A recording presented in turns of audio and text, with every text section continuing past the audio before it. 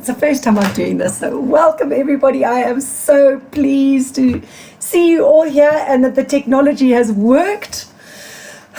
What a stressful time. I've been trying to test it out, but I haven't been able to do it live. So anyway, so let's go.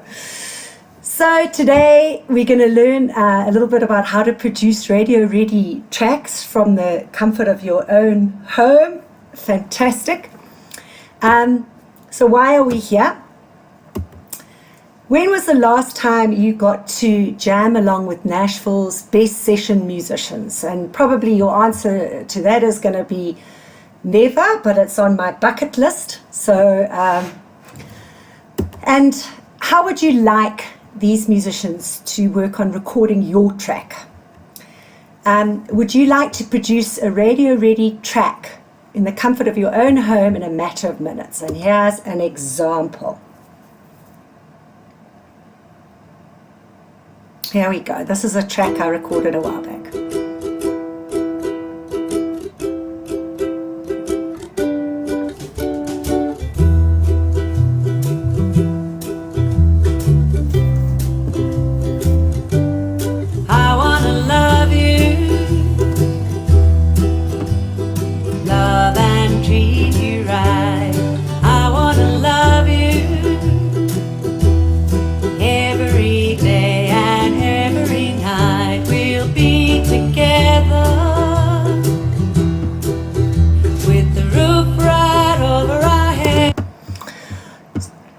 So that is a track that I recorded a while back in my tiny little home studio, which is in the next room.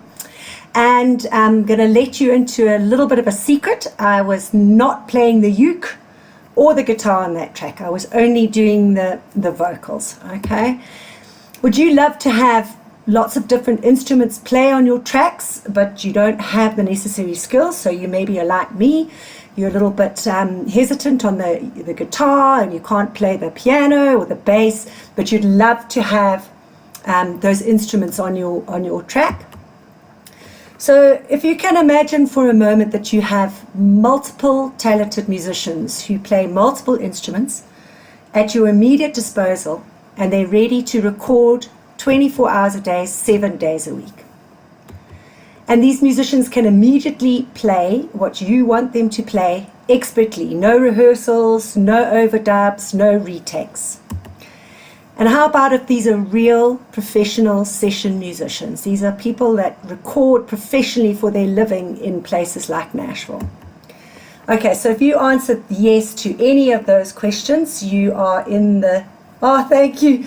You're in the right place. Here we go. So before we get going, I just want to go back a little bit in time, and going back to 2002.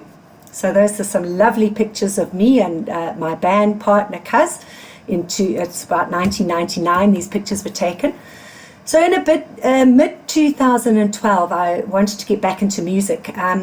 In my previous life, I played guitar and sang in a band, but I played guitar badly, and we played some various shows, and I really loved it. And I played with this friend of mine, Cuz. There she is, and we had some lovely outfits. And we played the pubs and various corporate events and things like that. We recorded a CD and that kind of thing. And then she went off to sail across to America and never came back to South Africa. And I kind of gave up music at that stage of my life. And I got married and I had kids, and music took a back seat for about 10 years of my life. And in 2012, I wanted to get back into music. Okay, I started performing with MIDI backing tracks that I downloaded from the internet, and then supplemented those with karaoke tracks that I purchased from the internet, from places like Karaoke Version and things like that. Then I decided at that stage I wanted to record a CD, but had absolutely no idea how to go about doing that, or how to get songs, how to get musicians, how to get studios and whatever. I did some initial messing around with Mixcraft, and I recorded some really terrible songs. And I think the whole thing was I had bad equipment, but I was a terrible guitar player. You know, it really didn't sound great when I was recording my guitar into Mixcraft. I'm not a bad singer, but my guitar playing was mediocre, to say the least. Then I went into a studio and recorded some slightly better songs using purchased karaoke tracks, and that was slightly better, but very expensive. It took me hours to get 3 tracks out, and then I had 3 songs for a CD. Then in 2012, I found the most incredible software that completely transformed my musical life. I can honestly say, and I think all of you know, we're talking about Band in a Box. It completely transformed everything in my musical life. Since 2012, I've recorded and released literally hundreds of songs and videos, both original and cover songs, all in my tiny home studio with my laptop and a cheap USB microphone. And I'm making quite a nice, tidy little sum doing that. I've been performing at restaurants, private functions, business events, using these unique, customized, full accompaniment backing tracks. In 2017, I produced a video training course for the software, and over 300 people have purchased and by all accounts enjoyed the course. There was one man who didn't enjoy the course, and I immediately refunded his money and listened to the feedback that he gave me. But I think by all accounts, most people seem to have enjoyed the course. Earlier this year, I wrote a beginner's guide, an ebook, which is approximately 58 pages, and about 100 people have bought that book since then. I run a very active Facebook user group and a YouTube channel, and just recently, this week, I've been appointed as a reseller of the software, and so I'm really excited to be able to start spreading the word of this fantastic product and to be able to sell it to users. So my last message before I start on the demo of the software is, if I can do it, so can you. You know, when I started on this journey in 2012, I knew absolutely nothing about home recording. I knew absolutely nothing about music theory. I do know a little bit now, but then I had no idea. I was a complete newbie. So if I can do it, so can you with this fantastic software. So let's dive in with what we are going to learn today. So we're going to spend a bit of a time getting to know the Band in a Box interface. We're going to look at the menu bar, the tracks area, the banners, the mixer window, and the songs area. Then we're going to capture a song structure and choose a style. So we're going to do that live.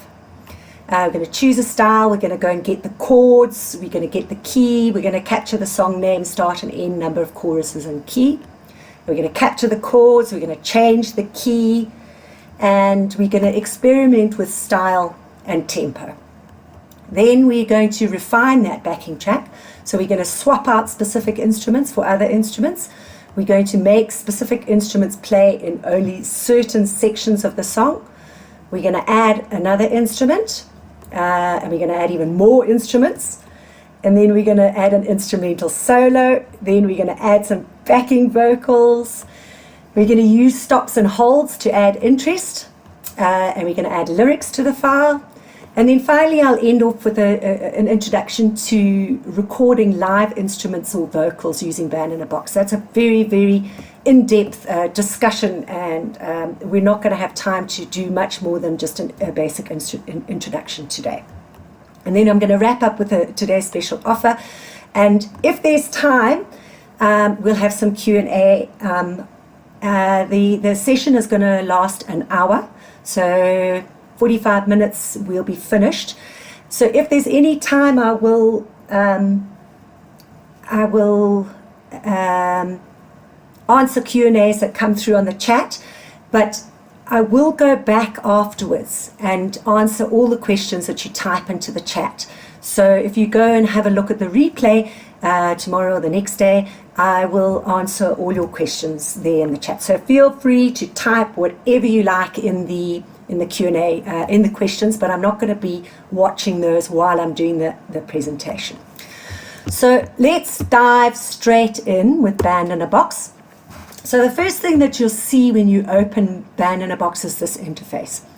If you don't see that interface, you could see this interface, which is the newer interface that PG Music introduced recently, which is more streamlined. Personally, I prefer the full interface. So that is the interface that I'm going to be using in this demonstration. But you can press Control T to toggle between the two types of interfaces. So just press Control T, and I seem to have killed my session. Right. So this is the interface I'm going to be using in this demo. So I'm going to just run through the main areas that I use on a day-to-day basis. Now, this demo is based on my own workflow. Everybody has their own workflow, and you will develop your own workflow with this software over time. But I'm going to hopefully show you what I do, which will help to get you going.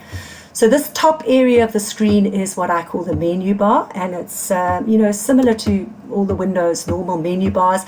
And most of the functions that you can do in this menu bar, you can do using these buttons on the banners, and I mix and match them. Sometimes I use these drop-down items on the menu bar, and sometimes I use these banners. I never know why I do what I do, but it's just the way that I've developed it. This area here is your tracks area. So now what this is basically saying is that these are the tracks that PG Music has decided go with this particular style. It's a Popo Med style that I've loaded on here to default, and in that style we've got a bass, an organ, a drums, a guitar, and two guitars. And you can do certain things with these tracks. This is the mixer window. So you'll see again that the instruments have been repeated here, but that there's more options on the mixer. So here you can change the volume of individual tracks. You can change the panning of individual tracks. You can mute and solo tracks. And you can also add external plugins like reverb and PG Dynamics or whatever. All sorts of plugins you can add to your individual tracks. So that's what the mixer window does. Then you've got the song area. So this is the title, and you always type in the title of the song that you're going to be working with. It's always a good idea. And I'm going to be, Amazing Grace. I'm going to be providing you with a tutorial on how to set up a backing track and record for the song Amazing Grace. Now, the reason I've chosen that song is that it's a public domain song, so I'm not going to get into trouble with the copyright police. And the other reason is it's a nice song and people know it, so it'll be also quite familiar with you. So that's what I'm going to demonstrate. So I've typed in the name of the song here. Then this is the style that's currently selected to play with this song. Now, I'm going to be talking a little bit more about styles later on. So suffice it to say at the moment that the style that I've got here is the Popo Med style. Okay. Here is the start and end and number of choruses bars. What this is saying is that the song will start at bar number 1 and play through to bar number 32 3 times. Exactly the same thing will be repeated 3 times.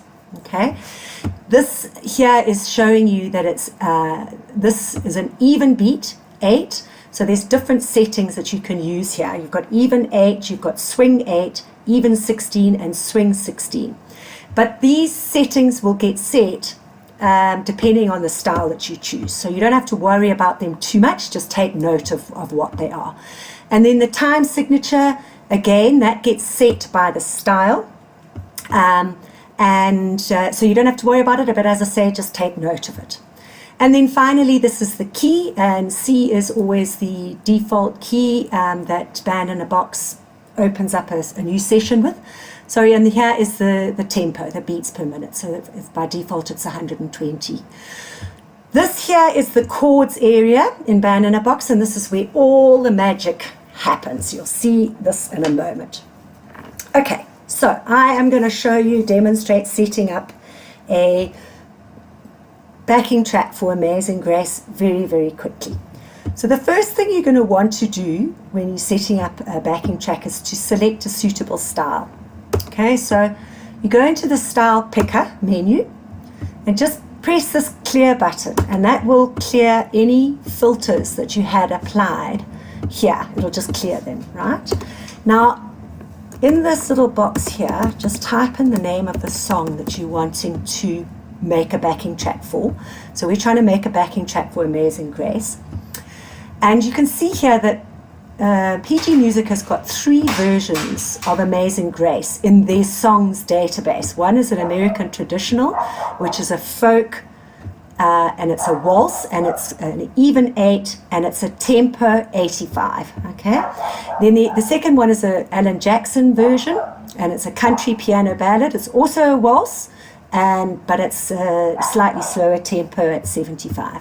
Then there's a third version, Amazing Grace, My Chains Are Gone, Chris Tomlin, and this one's different. It's a ballad, and it's a common time, so it's a 4/4. So now, if you double click any of these versions, what Band in a Box does is it says if you're trying to produce a backing track for this version of Amazing Grace, these are some of the styles that you might want to try. So you see, if I double click the Alan Jackson, then the styles that Band in a Box recommends that you try change. And again, if I click the third version, you'll see that there's a whole different set of styles that Band in a Box recommends. And these ones are all 4/4 timing, and these ones are all waltz timings. So say I'm trying to do a backing track for the American traditional one, and I double click that. Band in a Box brings up all these styles. Now, you need to note, I know, I can hear my dog. You need to note that the styles that Band in a Box brings up will depend on what version of Band in a Box you purchased. So the very entry-level Band in a Box is the Pro version, which retails for 129 Rand, and that comes with 100 different styles. Then it goes right up to about 600 and something, I don't know, not rands, dollars. Excuse me saying rands, I've got rands in my brain. The Pro version retails for $129, and then it goes right up to an audiophile version, which is $600 odd. And the styles that you'll see here will depend on what style you purchased in the first place, okay? So you'll only see the styles that you have purchased with your version of Band in a Box. So what you can do is you can audition them.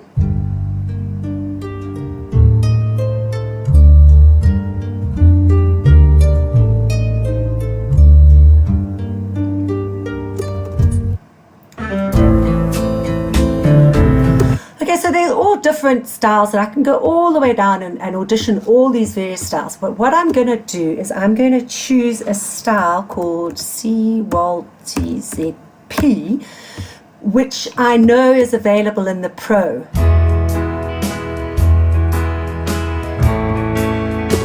I know that this style is available in the cheapest version of Band in a Box, so that is the style I'm going to use for this demo. So you just press OK. Now you see that Band in a Box has put that style in the style box. Okay, so I've done that now. What I'm going to do here with these start and end and number of choruses is I'm going to change the choruses to 1 and change the end to something arbitrary, say 200. The reason I do this is that I like to put my song in from start to finish, because I like to use different instruments and different versions in different parts of the song. So in the first chorus I might want a guitar, and in the second chorus I might want a piano, and in the third chorus I might want some backing vocals. So it always changes for me. So I prefer to just have a continuous stream playing, and then I can do my program my own way. And I put the end bars to 200 or something arbitrary, which gives me enough space in this chords area to work with. So just something arbitrary. I'm going to take the beats per minute down to 85, just because I'm trying to do a slower version of the song, right? These are the instruments that Band in a Box has suggested will go with the CP Country Waltz style. Okay, so the next step is to try and find some chords for Amazing Grace. If I have some sheet music that I am using, like if I've learned to play this piece of music on the guitar, then I'll often use that sheet music that I've got, or those chord charts that I've got. But often if I don't have charts, I'll use this site called ultimateguitar.com, and they've got chords for just about every single song. And what you do is you type in the name of the song and press search, and it'll come up with all the different versions. And what it is it's user-generated versions. So users do this transposition of the chords, and they post it on this site, and then people vote for the best one. So what I normally do is just look at the version that's got the highest number of 5-star ratings, and what I try and do is look for something that's very simple to start with. So I'm just going to have a look at this one, which has got 1,000 5-star reviews, and if I open it and have a look, you'll see here it's got Fs, and then it's got a B flat with the F bass, and so yeah, it's a little bit complicated. Not bad. I could use that as a starting point, but let me just have a look at the second one. So I'm going to have a look at this one with 1,300. So I have a look there. Okay. Now this one looks like it's got the kind of chords that I like. For one, G is my key of choice. I end up singing everything in G and A. I like G, it suits my voice. And they look fairly simple. So we've got a G, a G7, a C, and a D. And I'll usually use the most simple chords that I can as a starting point for a song. So let's go back to our Band in a Box song. And what we do is we start typing in the chords. But before we do that, we need to change the key of the song from C to G.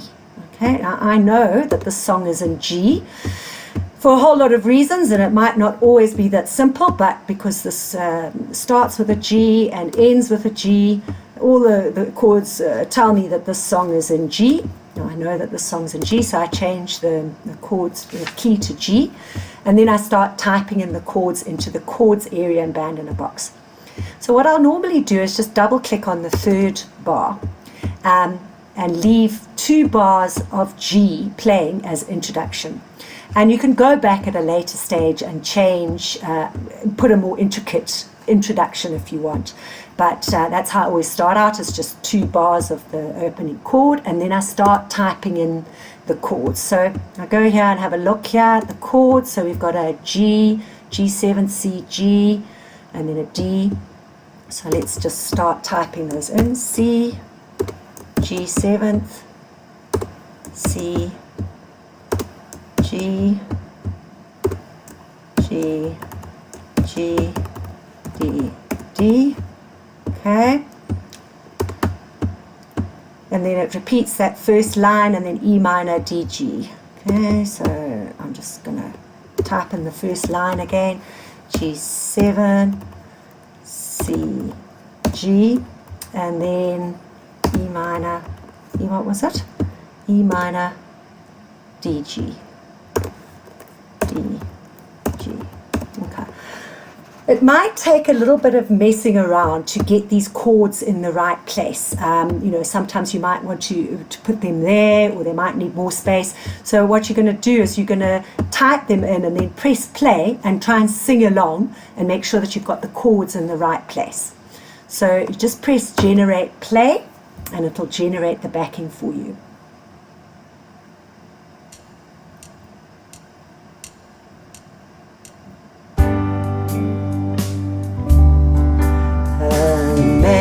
Amazing grace, how sweet the sound that saved a wretch. Okay, so immediately I can see that is a little bit low for me, so I'm going to want to change that up, maybe to A, and see if that's better for my voice. So we'll try again and see if that's better.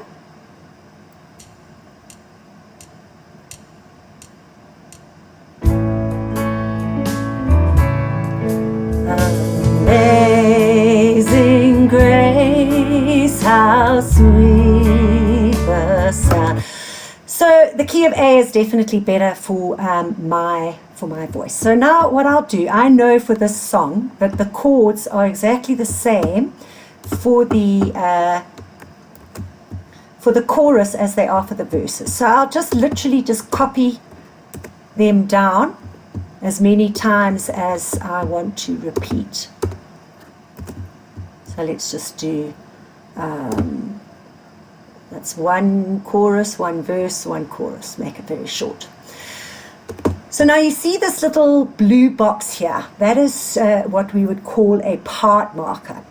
If you right click on that, you'll see here it's got an A style and a B style. Okay, so if I change this to a B style, it changes the part marker to green. And what that does is it plays the drums a more busy style for the drums, and often for some other instruments like guitars and things like that. So I will often use the blue marker for the verses and the green marker for the choruses, purely because the green tends to have more lively drums in it. So in this version of Amazing Grace, we've got one chorus and then a verse and then another chorus and then end. It's a very short song. So I'm going to change that also to green. So now I want my song to finish at bar 50. Okay, so I'll go back here and I'll change the end to bar 50. Okay, you'll see here what it does is it puts bar 50 to be the end of the song, and it's got 4 bars of outro there. So there's our first attempt at a backing track, and this is a backing track you can use immediately as it is. Now, say you want to experiment with this style. This is where the real power of Band in a Box comes in. And you can do this even after you've recorded vocals or other instruments or whatever. You can make changes to the style. So say I wanted to try something completely different. So I pull down this category, have a look, and maybe I want a Celtic. Okay, so let's have a look at a Celtic jig.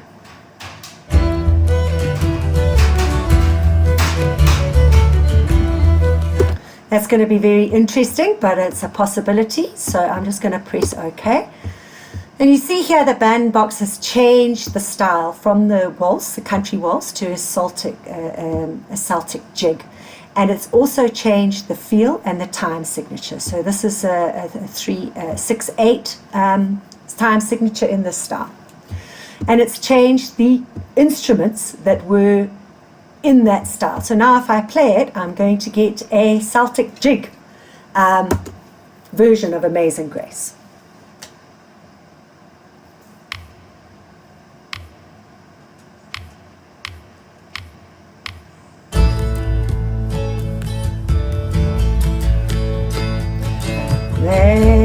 Amazing grace, how sweet. Oh, that's not very nice. That is not very nice at all.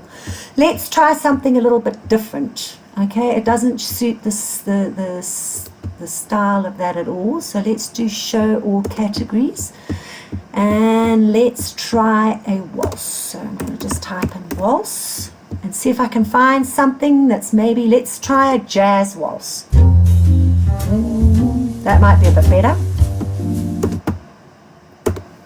Okay, so now again, it's changed the style here. It's changed the feel and the time signature back to a waltz, and it's changed the instruments. The green instruments show that it is a real track, and that's a real musician from wherever, who's actually recorded live samples for PG Music, and then PG Music uses some rather fancy software to make it play what you want it to play. The yellow is a MIDI track. Okay, so I've got my jazz waltz style with an electric piano. Let's see what that sounds like, or rather hear what that sounds like.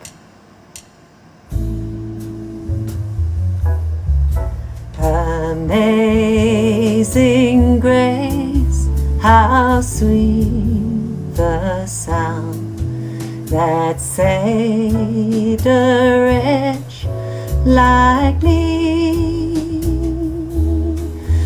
I once.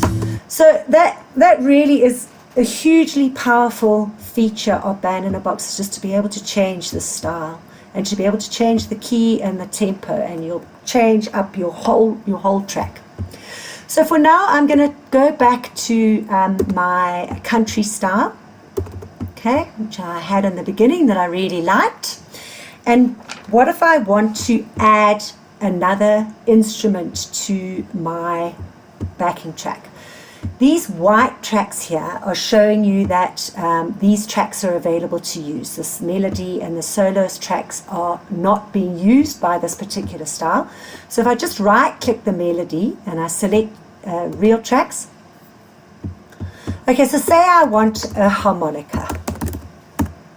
Because I want a harmonica to play a soloist type thing, okay?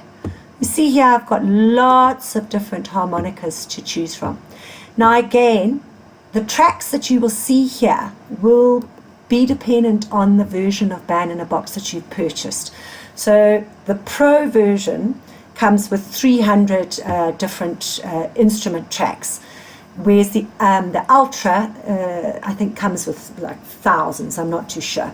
But the instruments that you see here will depend on what version of Band in a Box you've purchased. I have the Ultra pack, which means that I've got all the instruments.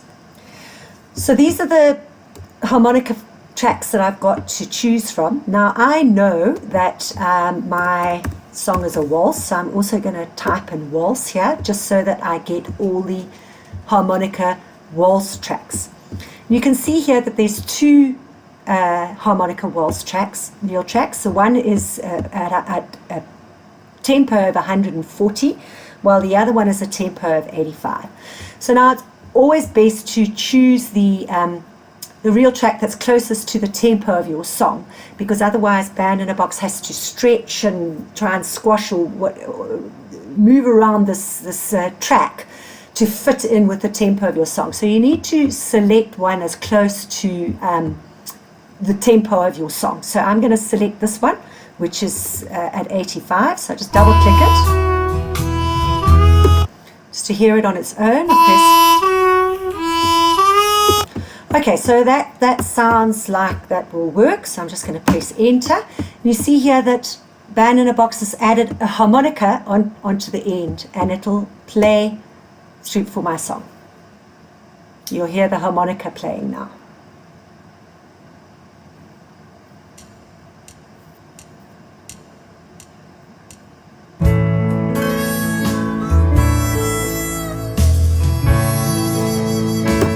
Okay, so say now I only want this harmonica to play in the last chorus. It's quite a busy track. I don't want it all the way through. I only want it in the last chorus. You right click on the first bar and choose bar settings, okay? And come down to the harmonica pull down and mute the harmonica, okay? So that'll mean that Band in a Box will mute the harmonica from bar 1. So you see there, Band in a Box has put a little red stripe there. That is showing you that you have set up some bar settings in the bar settings menu. Then you go down to the first bar of your chorus when you want the harmonica to start playing. You right click bar settings, and now you select the harmonica again and you say back to normal. Okay, so now what we've got is we've got the harmonica not playing for the first chorus, for the first verse, and then it comes in at the last chorus.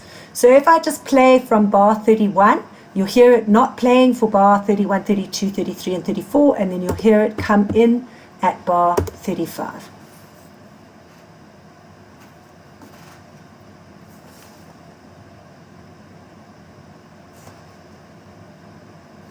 Any minute now. So it's not playing now.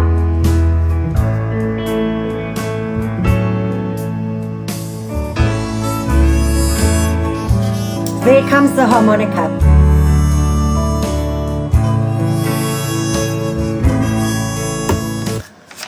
So that's how you get different instruments to come in at different times, which is one of the reasons why I don't repeat my choruses. I use one just continual string for the whole song. And you might want to use that if you want a solo instrument playing. So say you just wanted a solo instrument there, you didn't want any vocals, you would use that technique of using the bar settings. Since a couple of versions ago, PG Music introduced backing vocals, and they are absolutely stunning. So say I want backing vocals in this verse here, starting from bar 19. I want some oohs and ahs, some female oohs and ahs. So just say select real tracks, okay? Press show all to get rid of anything that you had in there before, and then put vocals, and say update. So now you see here, there's all sorts of vocal oohs and ahs. There's rock and roll, gospel, all sorts of stuff. They've really gone to town on these background vocals. I'm not sure that everybody gets all of them with all their versions of Band in a Box, but I can honestly say I think that they're really fantastic. So I'm just going to select these female ones, see what those sound like.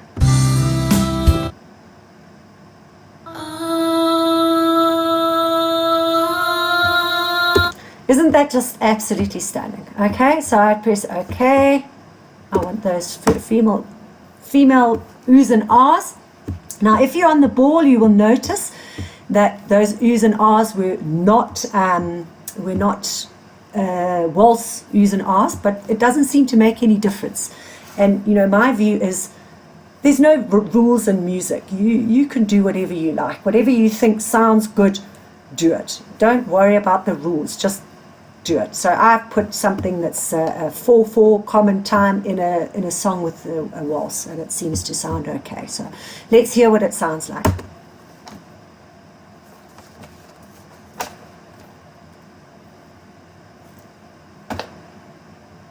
Any minute now, it'll start.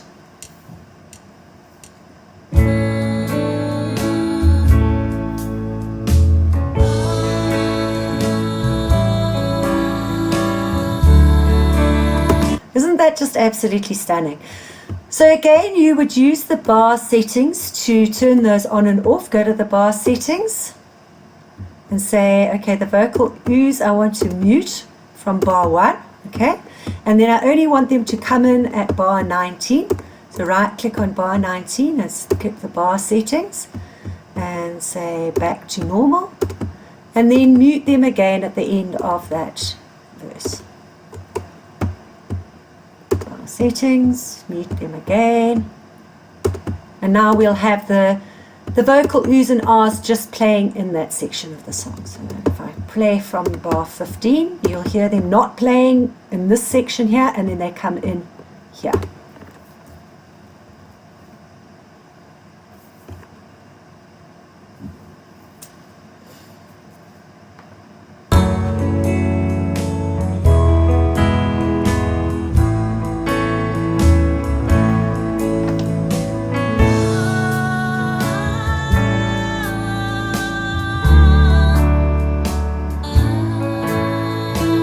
Isn't that just absolutely awesome? We've literally done this in half an hour flat.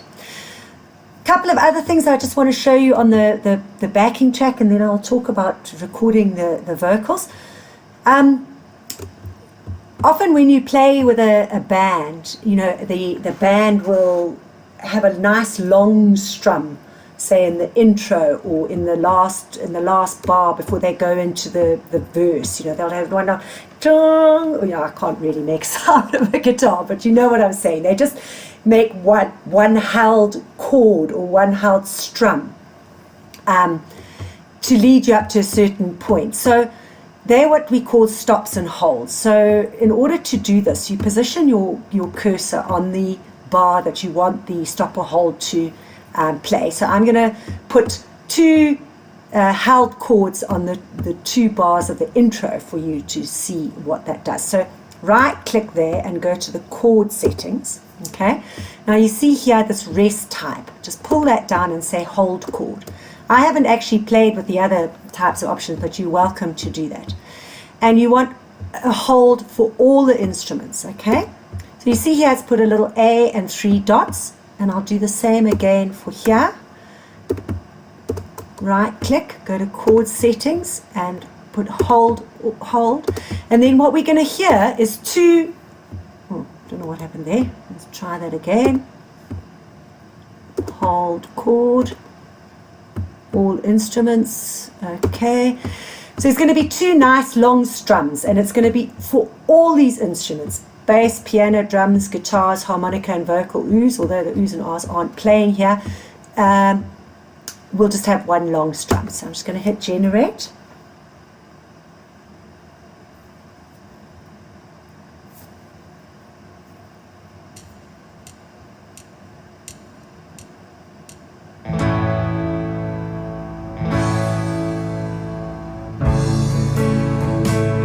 So we had two long strums there. So you might want to use this technique on the last chord of a section of the song. So in this case it's the chorus before going into the verse. You might want to use it on the verse before going into the chorus. Those are when they really suit. But what is quite good about this option, and that I often use, is sometimes you want everything to hold except for bass and drums. I often have the bass and drums playing through and have all the other instruments holding. So I will right click, go to chord settings and say all except bass and drums.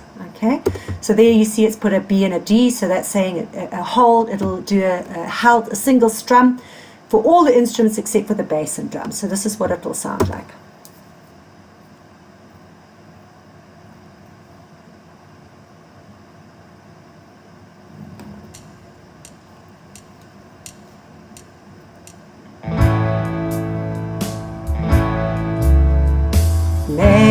Amazing grace. And you know, that can really help move up give your backing a little bit of variety and a little bit of a build, and that kind of stuff is using the stops and holds. Another thing I want to show you quickly is how to add lyrics to your song. I'm very cognizant of the time. We've been running for 45 minutes already. If everybody can just let me know that they're following along. If I'm going too fast, I apologize. I'm trying to get through as much as I can in an hour. Just let me know if you're following along. So the chord display, let me just switch it off first. In order to put these scrolling lyrics into your song, the first thing you do is you press the chord display, go to layers and choose bar lyrics. Okay, you see it's put this little blue line at the top. That is where you can type in your lyrics. I have found that the best way to get your lyrics is to do the following. So go and look on Google and get the lyrics. So I have got, in my song, I've got a verse and a chorus. Open. Okay, sorry, file new. Don't say. Okay, so you copy and paste that. Good. Thank you so much. Thanks so much. Copy and paste the lyrics from Google into Notepad. And what the trick here is to put each bar's worth of lyrics in its own line inside Notepad. So go amazing grace, how sweet the sound that saved a wretch like me. And then we've got a blank line. I once was lost, but now am found. Was blind, but now I see. 'Twas grace that taught my heart to fear. Oh, it was grace that taught my heart to fear, and grace my fears relieved. Another, how precious did that grace appear. The our first lead. Okay, so once you've put each bar of lyrics into its own line, you just copy, just Control C, go over to Band in a Box and double click in the first, in the little blue space above the very first chord. Okay, and you see it turns purple, which means that it's expecting you to type something or copy and paste something. Now all you do is you press Control V, and you can see how fantastic this is. Band in a Box has put the lyrics into the right spot here, and they will scroll along when you play. So here we go.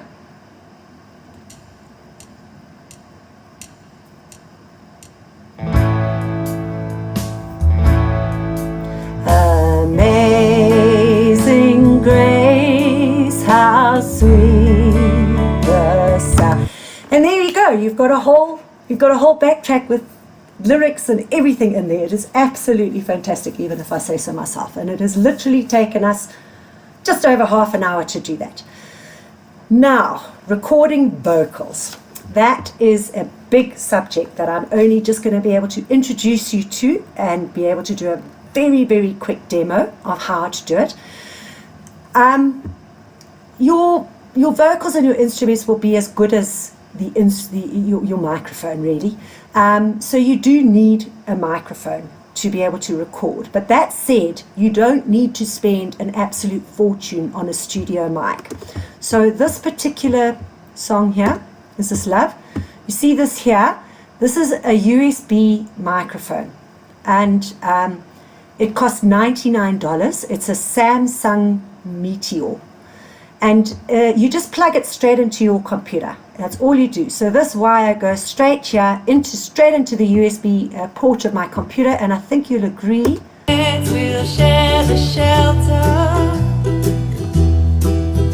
There's nothing wrong with the quality. And then once you've been recording for a little bit, you can look at upgrading. So once you think, oh, I wish I could do this at X, Y, and Z, you can upgrade. So I upgraded to a Rode NT microphone, and I've just purchased a really nice Rode Studio microphone with a vocal shield and the whole thing. But that's like 7 years down the line. I've been using this Meteor for a long time. But you might have a audio interface and a nice studio microphone or whatever. But my advice on recording audio is just get going with what you've got. Just get going and learn how to record and to mix and to edit and everything with what you've got. I'm sorry, I know you can all hear my dog barking. His name's Finley. He's having a good evening bark at all the other local dogs.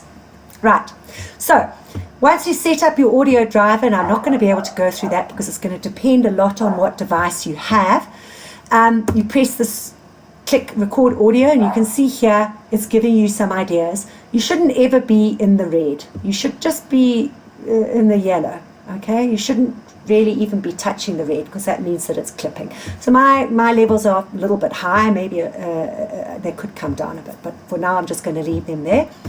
And you just press record, and I'm going to record a little bit of audio.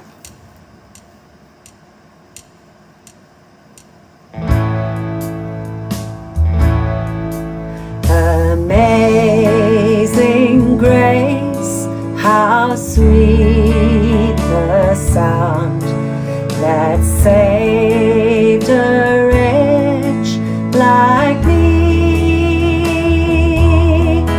I once was lost, but now I'm found. Was blind, but now I see. Say keep take. Okay, so it's not the best quality because I am just recording with my headphones. I haven't got my microphone set up, so the quality of the audio is not going to be fantastic. But there it is. There's the audio track. So it's put it in there in its own track, and you can now, if you hit generate and play, you'll hear my audio coming through. Yes, Hanging Chad, that is This Love, Bob Marley. My cover of it.